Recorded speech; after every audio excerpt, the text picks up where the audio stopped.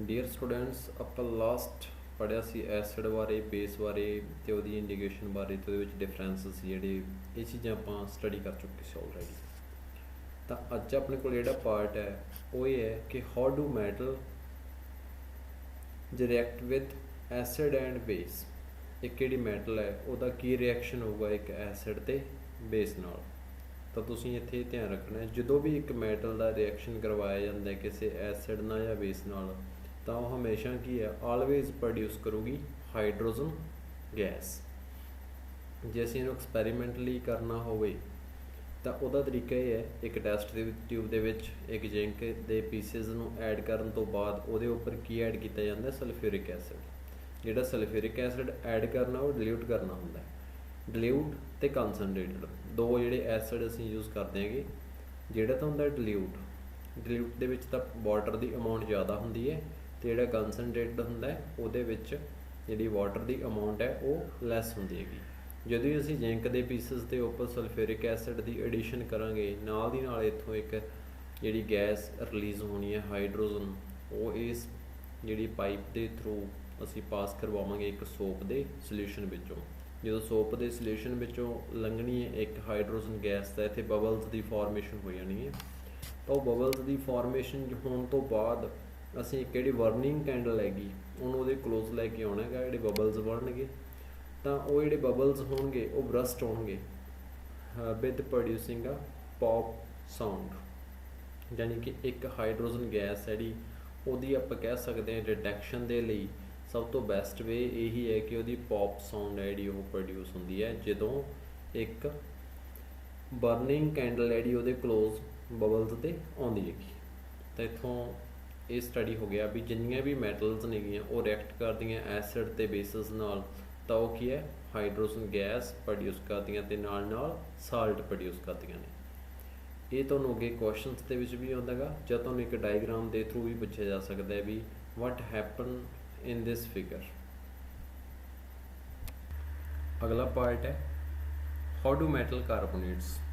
Metal ਤਾਂ ਕੋਈ ਵੀ ਹੋ ਸਕਦੀ ਹੈ, ਸੋਡੀਅਮ ਜਾਂ ਪੋਟਾਸ਼ੀਅਮ। ਕਾਰਬੋਨੇਟ ਮੀਨ ਜੋ ਉਹਦੇ ਵਿੱਚ CO3 ਜਿਹੜਾ ਗਰੁੱਪ ਹੈ ਜਿਹੜਾ ਅਟੈਚ ਹੁੰਦਾ ਹੈਗਾ, ਉਹ ਰਿਐਕਟ ਕਰਦੇ ਨੇ। ਜਾਂ ਮੈਟਲ ਹਾਈਡਰੋਜਨ ਕਾਰਬੋਨੇਟ ਰਿਐਕਟ ਕਰਦੇ ਹੈਗੇ ਐਸਿਡਸ ਦੇ ਨਾਲ ਜਾਂ ਬੇਸਿਸ ਦੇ ਨਾਲ। ਉਹਨਾਂ ਦੇ ਵਿੱਚ ਤਾਂ ਹਮੇਸ਼ਾ ਹੀ ਉਹਨਾਂ ਨੇ CO2 ਗੈਸ ਜਿਹੜੀ ਉਹ ਪ੍ਰੋਡਿਊਸ ਕਰਨੀ ਹੈਗੀ। ਤਾਂ ਉਹ ਕਿਸ ਤਰ੍ਹਾਂ ਹੋਊਗਾ ਇੱਕ ਐਕਸਪੈਰੀਮੈਂਟਲੀ, ਇਸ ਟੈਸਟ ਟਿਊਬ ਦੇ ਵਿੱਚ ਅਸੀਂ ਇੱਕ ਜਿਹੜਾ ਕੋਈ ਵੀ ਮੈਟਲ ਦਾ ਕਾਰਬੋਨੇਟ ਜਿਹੜਾ, ਫਾਰ ਐਗਜ਼ਾਮਪਲ ਅਸੀਂ ਸੋਡੀਅਮ ਕਾਰਬੋਨੇਟ ਜਿਹੜਾ ਉਹਨੂੰ ਵਾਟਰ ਦੇ ਵਿੱਚ ਡਿਜ਼ੋਲਵ ਕਰਕੇ ਇੱਕ ਟੈਸਟ ਟਿਊਬ ਦੇ ਵਿੱਚ ਐਡ ਕਰ ਲਿਆ। ਐਡ ਕਰਨ ਤੋਂ ਬਾਅਦ ਅਸੀਂ ਉਹਦੇ ਉੱਪਰ ਕੋਈ ਵੀ ਡਿਲਿਊਟ ਜਿਹੜਾ ਹਾਈਡਰੋਕਲੋਰਿਕ ਐਸਿਡ ਹੈ ਉਹ ਐਡ ਕਰਨਾ। ਐਡ ਕਰਨ ਤੋਂ ਬਾਅਦ ਇੱਥੇ ਜਿਹੜੀ ਰਿਐਕਸ਼ਨ ਹੋਊਗੀ ਉਹ ਇਸ ਤਰ੍ਹਾਂ ਦੀ, ਸੋਡੀਅਮ ਕਾਰਬੋਨੇਟ ਉਹ HCl ਨਾਲ ਰਿਐਕਟ ਕਰਦਾ ਹੈ ਤਾਂ ਉਹ ਤੋਂ ਇੱਕ ਸਾਲਟ ਬਣ ਜਾਂਦਾ ਹੈਗਾ। ਵਾਟਰ ਦੇ ਨਾਲ ਕਿਹੜੀ ਗੈਸ ਪੈਦਾ ਹੋ ਜਾਂਦੀ ਹੈ, CO2। ਜਿਹੜੀ ਇਹ CO2 ਗੈਸ ਹੋਊਗੀ ਉਹਦੀ ਇੱਕ ਸਭ ਤੋਂ ਵਧੀਆ ਨਿਸ਼ਾਨੀ ਹੈ ਇੱਥੇ ਬ੍ਰਿਸਿਕ ਐਫਰਵਰਜੈਂਸ ਹੁੰਦੀ ਹੈਗੀ। ਉਹ ਕੀ ਚੀਜ਼ ਹੈ, ਤੁਸੀਂ ਦੇਖਿਆ ਹੋਣਾ ਕਿ ਕੋਲਡ ਡਰਿੰਕ ਦੇ ਵਿੱਚ ਅਸੀਂ ਜਦੋਂ ਨਮਕ ਪਾਉਂਦੇ ਤਾਂ ਇੱਕਦਮ CO2 ਗੈਸ ਬਾਹਰ ਆਉਂਦੀ ਆ, ਤਾਂ ਉਸੇ ਤਰ੍ਹਾਂ ਹੀ ਤੁਹਾਨੂੰ ਇੱਥੇ ਅਪੀਅਰੈਂਸ ਹੋਣੀ ਹੈਗੀ ਜਿਹੜੀ CO2 ਗੈਸ ਦੀ। ਤਾਂ ਇੱਕਦਮ ਗੈਸ ਜਿਹੜੀ ਆਊਟ ਹੋਊਗੀ ਤਾਂ ਅਸੀਂ ਉਹਨੂੰ ਚੈੱਕ ਕਰਨਾ ਵੀ ਵਾਕਈ ਉਹ CO2 ਗੈਸ ਹੈ ਕਿ ਹੋਰ ਗੈਸ ਹੈ। ਤਾਂ ਅਸੀਂ ਉਹਨੂੰ ਕੀ ਕਰਨਾ, ਇੱਕ ਲਾਈਮ ਵਾਟਰ ਦੇ ਥਰੂ, ਜਿਹਨੂੰ ਕਹਿੰਦੇ ਕੈਲਸ਼ੀਅਮ ਹਾਈਡਰੋਕਸਾਈਡ ਸੋਲਿਊਸ਼ਨ ਦੇ ਥਰੂ ਪਾਸ ਕਰਨਾ, ਅਤੇ ਉਹਦਾ ਕਲਰ ਮਿਲਕੀ ਹੋ ਜਾਂਦਾ ਹੈਗਾ। ਮਿਲਕੀ ਹੋਣ ਦਾ ਕਾਰਨ ਕੀ ਹੈ, CO2 ਗੈਸ ਜਿਹੜੀ ਉਹ ਇੱਥੇ ਪ੍ਰੋਡਿਊਸ ਹੋ ਰਹੀ ਹੈ। ਤਾਂ ਇੱਕ ਆਪਾਂ ਕਹਿ ਸਕਦੇ ਹਾਂ ਕਿ CO2 ਗੈਸ ਦੀ ਡਿਟੈਕਸ਼ਨ ਵਾਸਤੇ ਲਾਈਮ ਵਾਟਰ ਯੂਜ਼ ਕੀਤਾ ਜਾਂਦਾ ਹੈ ਜਾਂ ਕੈਲਸ਼ੀਅਮ ਹਾਈਡਰੋਕਸਾਈਡ ਸੋਲਿਊਸ਼ਨ ਦਾ ਜਿਹੜਾ ਯੂਜ਼ ਕੀਤਾ ਜਾਂਦਾ ਹੈ, ਜਿਹਦਾ ਕਲਰ ਮਿਲਕੀ ਹੋ ਜਾਂਦਾ ਜਦੋਂ CO2 ਗੈਸ ਪਾਸ ਕੀਤੀ ਜਾਂਦੀ ਹੈ। ਨਾਲ ਹੀ ਇਹ ਵੀ ਧਿਆਨ 'ਚ ਰੱਖਣਾ ਜਿਹੜੀ CO2 ਗੈਸ ਹੈ ਇਹ ਬਰਨਿੰਗ ਦੇ ਵਿੱਚ ਸਪੋਰਟ ਨਹੀਂ ਕਰਦੀ। ਬਰਨਿੰਗ ਦੇ ਵਿੱਚ ਸਪੋਰਟ ਕਿਹੜੀ ਚੀਜ਼ ਕਰਦੀ ਹੈ, ਸਿਰਫ ਆਕਸੀਜਨ। ਇਹ ਤਾਂ ਸਿਰਫ ਜਿਹੜੀ CO2 ਗੈਸ ਹੈ ਉਹਨੂੰ ਬਰਨਿੰਗ ਕੋਈ ਵੀ ਹੋ ਰਿਹਾ ਸਬਸਟਾਂਸ ਉਹਦੇ ਅਰਾਊਂਡ ਆਪਣੀ ਲੇਅਰ ਜਿਹੜੀ ਕਵਰ ਉਹ ਕਰ ਲੈਂਦੀ ਹੈ ਤਿਆਰ, ਅਤੇ ਉਸ ਤੋਂ ਬਾਅਦ ਜਿਹੜਾ ਆਕਸੀਜਨ ਨਾਲ ਜਿਹੜਾ ਸੰਪਰਕ ਹੈਗਾ, ਕੰਟੈਕਟ, ਉਹ ਬ੍ਰੇਕ ਕਰ ਦਿੰਦੀ ਹੈ, ਜਿਹਦੇ ਕਰਕੇ ਜਿਹੜੀ ਅੱਗ ਹੈ ਜਿਹੜੀ ਫਾਇਰ ਉਹ ਕੰਟਰੋਲ ਹੋ ਜਾਂਦੀ ਹੈ। ਇਹ ਤੋਂ ਬਾਅਦ ਆਪਾਂ ਅਗਲਾ ਪਾਰਟ ਸਟੱਡੀ ਕਰਦੇ ਹਾਂ। ਇਹ ਤੋਂ ਬਾਅਦ ਸਾਡੇ ਕੋਲ ਹੈ ਕਿ ਵੀ ਐਸਿਡ ਦਾ ਰਿਐਕਸ਼ਨ ਮੈਟਾਲਿਕ ਆਕਸਾਈਡ ਦੇ ਨਾਲ ਕਿਸ ਤਰ੍ਹਾਂ ਹੋਊਗਾ। ਇਹ ਐਸਿਡ ਹੈ, ਉਹਦਾ ਰਿਐਕਸ਼ਨ ਅਸੀਂ ਦੱਸਣਾ ਮੈਟਾਲਿਕ ਆਕਸਾਈਡ ਨਾਲ। एक तो ये चीज़ पता होनी चाहिए है, मैटल जिन्ने भी ऑक्साइड प्रोड्यूस करूगी वो सारे के सारे बेसिक इन नेचर होंगे। सानू ये भी पता जो एक एसिड ते बेस रिएक्ट करते हैं तो उत्थे जो रिएक्शन होंदा उन्होंने न्यूट्रलाइजेशन रिएक्शन बोलिया जाता है। ये मैं तुहानू दोबारा रिपीट करदा, जो भी कोई एसिड एक बेस नाल रिएक्ट करदा है तो उत्थे की हैगा वो न्यूट्रल हो जाते हैं, यानी कि उत्थे एक साल्ट प्रोड्यूस हो जाते नाल वाटर। तो इत्थे एक एसिड है वो रिएक्ट करूगा एक मैटालिक ऑक्साइड के नाल, जिहड़ा मैटल का ऑक्साइड है वो बेसिक इन नेचर हो। जो एसिड एक बेस नाल रिएक्ट करू तो उत्थे भी की प्रोड्यूस होना एक salt.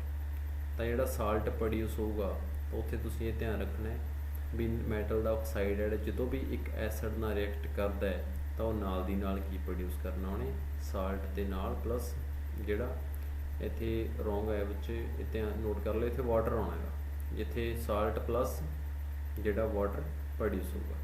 Similarly non metallic oxide होंगे जिन्ने तो उत्थे की आना है इन्हां दी नेचर है जिवें मैटल ऑक्साइड की आपां कहता बेसिक नेचर है, तो उस तरह नॉन मैटालिक ऑक्साइड की जिहड़ी नेचर है वो एसिडिक होगी।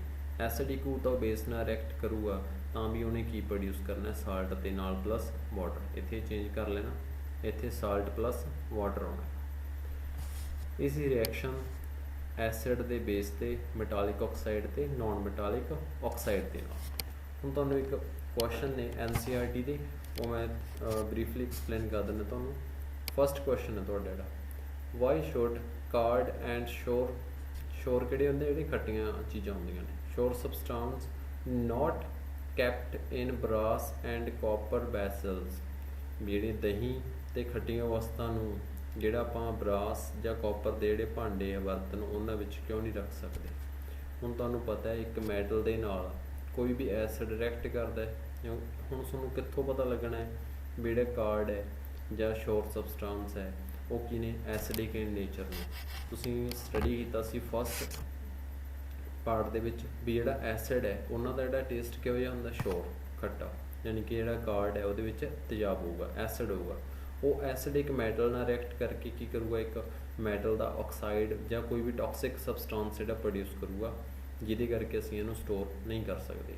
एक इहदे नाल इह ध्यान रखना जिहड़े ब्रास ते कॉपर दे वैसल ने जदों उन्हां दा जिहड़ा कलर फेड हो जाता तो उन्हां दी क्लीननैस दे लई असीं जिहड़ा शोर्स ते कार्ड सबसटांस जिहड़े इन्हां नूं यूज़ करदे हैं, क्योंकि जिहड़ी उपरों जिहड़ी ऑक्साइड की लेयर हुंदी है उहनूं रिमूव कर दिंदे हैं।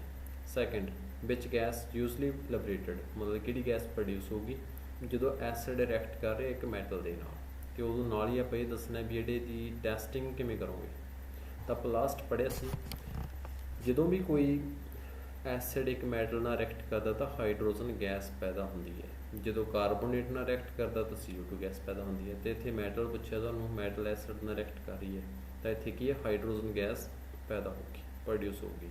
वो टैसटिंग लिए असीं सोप सोल्यूशन के थ्रू पास करके जो बबल्स बनणगे उत्थे बर्निंग कैंडल क्लोज करांगे तो नाल दी नाल पॉप जी साउंड है वो प्रोड्यूस होगी। थर्ड क्वेश्चन है मैटल का कोई कंपाउंड है रिएक्ट करता डिल्यूट हाइड्रोक्लोरिक एसिड के नाल। मैटल का कंपाउंड जिन्ने भी आप कहने मैटल के कंपाउंड मोस्टली की मिलते बेसिक इन नेचर वो एसिड नाल रिएक्ट करनगे तो उत्थे नाल दी नाल की बोलिया होया वर्ड एफरवर्जेंस जी प्रोड्यूस हो रही है, जी एकदम CO2 गैस बाहर आ रही है उत्थों इवॉल्व हो रही है जी गैस वो फायर एक्सटिंगशर के वरती जाती है बर्निंग कैंडल जी उन्होंने बुझा दी है। तो इत्थे ध्यान रखना भी जिहड़ा CO2 गैस ही हो सकती है जी बर्निंग कैंडल नूं बुझा दी हैगी। तो इत्थे आप कह सकते हैं भी मैटल का कोई भी कार्बोनेट है वो एसिड नाल रिएक्ट करके CO2 गैस प्रोड्यूस कर रहे हैं। CO2 गैस का असीं गैस ही पता किस तरह लगाना है, एक लाइम वाटर के थ्रू उन्होंने पास करके तो वह कलर जो मिल्की हो जाता है, उतों टैसटिंग आप इसकी कर सकते हैं।